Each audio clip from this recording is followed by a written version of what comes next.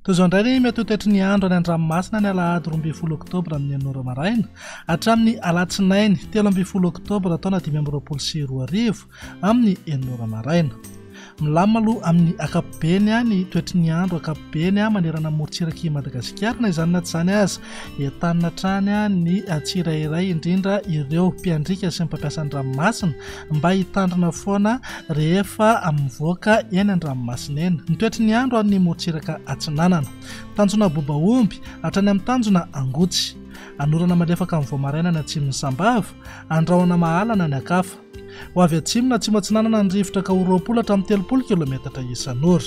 hahatratra 70 kilometatra isan'ora indraindray any avaratra Voemara anonja be ny ranomasina avy nionja 2 metatra sasany hatramin'ny 2 metatra tanjona angotsy hatrany Mahanoro andrahoana mitsitokotoko mety arahana orana malefaka ny avaratra Toamasina ho avy atsinanana na avaratra atsinanana ny rivotra ka 10 hatramin'ny 20 kilometatra isan'ora hahatratra 30 kilometatra isan'ora any atsimony Toamasina anonja be ny ranomasina avy nionja 2.2 hatramin'ny 2.9 metatra Mahanoro hatrany Taolanaro andrahoana vitsy ho avy avaratra atsinanana na avaratra ny rivotra ka 30 hatramin'ny 70 kilometatra isan'ora anonja be ny ranomasina avy nionja 2 metatra sasany hatramin'ny 2 metatra Taolanaro hatrany amin'ny tanjona Vohimena andrahoana mitsitokotoko ho avy atsinanana na avaratra atsinanana ny rivotra ka 20 hatramin'ny 30 kilometatra isan'ora anonja be ny ranomasina avy nionja anodidina ny 2 metatra isy aliny rano madinika avy atsimo ho an'ny morotsiraka andrefana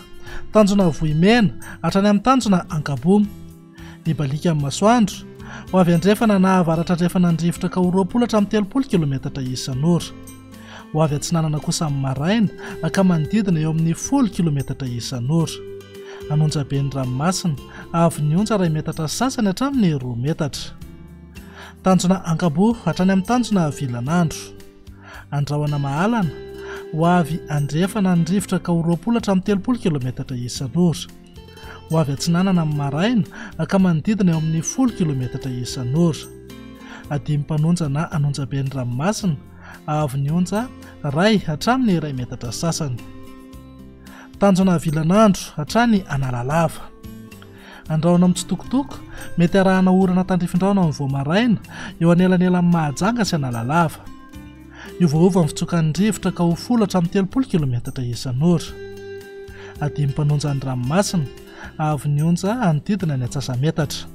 Analalava hatrany amin'ny tanjona Bobaomby andrahoana vitsy iovaova amin'ny fitsokan'ny rivotra ka 10 hatramin'ny 30 kilometatra isan'ora adimy mpanonja ny ranomasina avy nionja Antsasametatra hatramin'ny 2 metatra